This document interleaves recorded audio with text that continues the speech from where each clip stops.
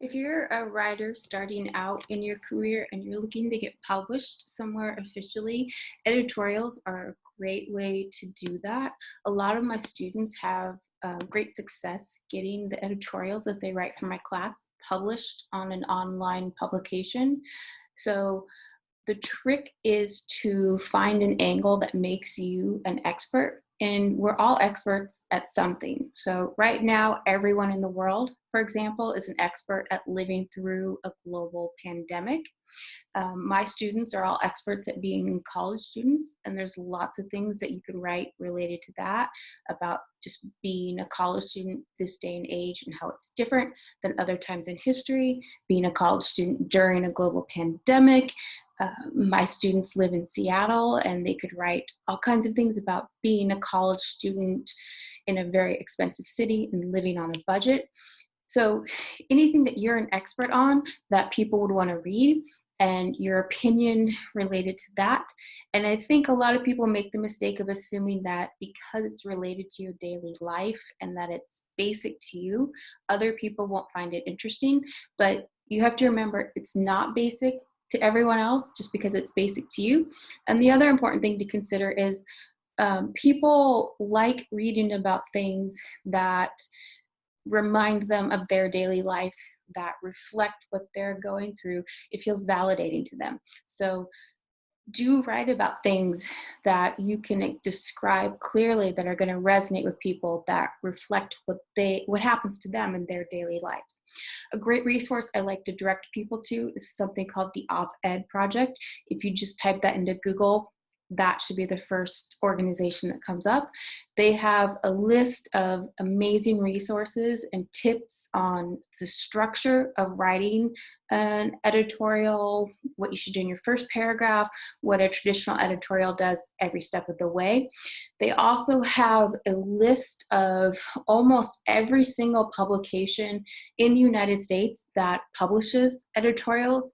It's exhaustive and impressive, and it will tell you everything from the exact email address of where to submit your editorial, to how many words the publication is looking for, to the tone, to how to submit it, to what time of the month to submit. It's an amazing resource. And if you're someone who's part of a group that is not traditionally represented in the media, women, people from ethnic and racial minorities, LGBTQ voices, they are dedicated toward helping those people get representation. So they have trainings and workshops specifically for people in those groups. And I believe lots of times they are at reduced cost, and sometimes they have scholarships. So it's a great organization, and I recommend that you look that up. What you want to do, the biggest thing to think about with an editorial is that you want to have a hot take. I think I used to have to explain this term to students, but now everybody's so into social media and we're so into hot takes online. I think most people know what it is, but a hot take is essentially finding a different angle, a different perspective on an issue. You can talk about the same thing that everybody else is talking about. So right now, like, everybody's talking about COVID-19, or maybe everybody's talking about the NFL football draft. It's fine to talk about the same topic, but you want to find something different to say about it. So if you were a college student, maybe you would talk about how college is better now. And I'm not saying that should be your opinion, right? There's lots of reasons why education is very frustrating right now. But if somehow you had an opinion that it had improved with what's happened going online and all of the changes that have happened, that would be a different, unusual opinion, I think, from the majority. And that would be something that would grab people's attention just because it's different.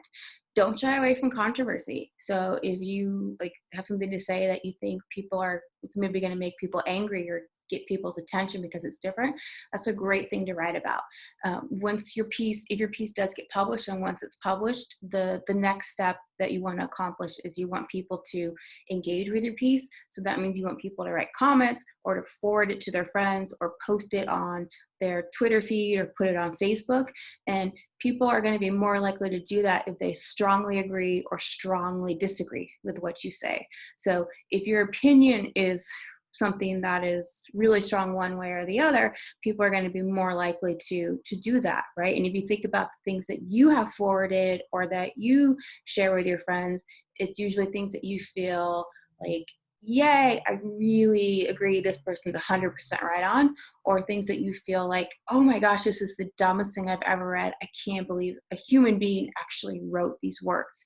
So you want to be on one of those two sides, right? And don't be afraid. If you're writing editorials, you should be somebody who's not afraid to be on that, oh my gosh, this is the dumbest thing I've ever heard side of things, because that's going to get you attention and success as an editorial writer too. This style of writing is probably not for everybody as a full-on path to take as a writer, right? But for people who do like that kind of conflict and don't mind evoking that type of that feeling or sentiment, this can be a great way to get attention for your writing. So just some examples I found online of, it's hard to find editorials right now or any kind of writing that's not somehow related to COVID-19, but a couple that, these aren't blowing the lid off the hot topic angle, but they're a little bit different than the norm. There's one about how social distancing is a privilege, and I've heard several people make that argument, but it's at least a little different of a way to think, that people who are from a lower social economic class have to be out in the world because they have to work in the grocery store, they have to work in healthcare, they have to be janitors or cleaners, or so the idea that you can social distance and you can stay away from people from your health, that's a major privilege. So that argument was at least a little bit of a different way to think than what's being thrown out in the mainstream. And then the other one is pandemic life or slouching toward graduation at home with our college senior. So it's an opinion piece, but it's also a little bit of a personal essay. And that may be a nice angle at this if you're not someone who loves rolling around in controversy, which would probably be more the way I would do it, to be honest. And it's parents who've written about what it's like having their senior at home, and it's totally unexpected and totally different than what they thought. And they're actually they're really enjoying it, but their college senior, who's supposed to be enjoying the last thralls of his senior year at college, is not enjoying it. And so it's an interesting piece and a different angle. So, and it's actually, if you start looking around and trying to find hot takes, it can be surprisingly difficult to find hot takes in traditional news topics. If that's something you're good at, you could work and carve out a niche for yourself there. It's a lot easier to find hot takes in entertainment news, sports reporting, those types of areas.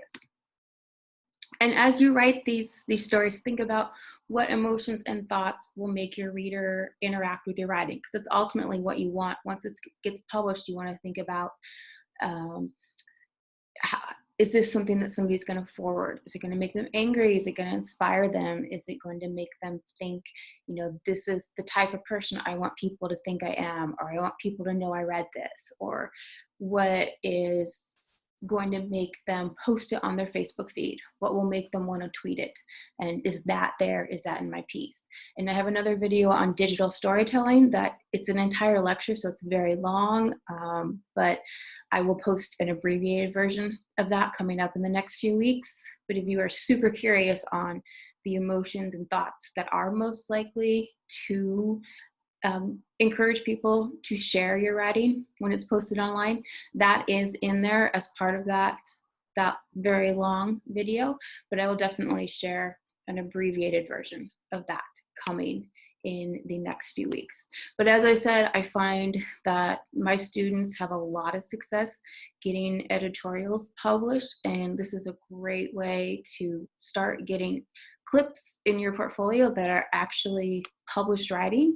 If anybody has questions or would like some specific tips about your writing, feel free to reach out or drop me a line in the comments. I'm happy to help, and happy writing.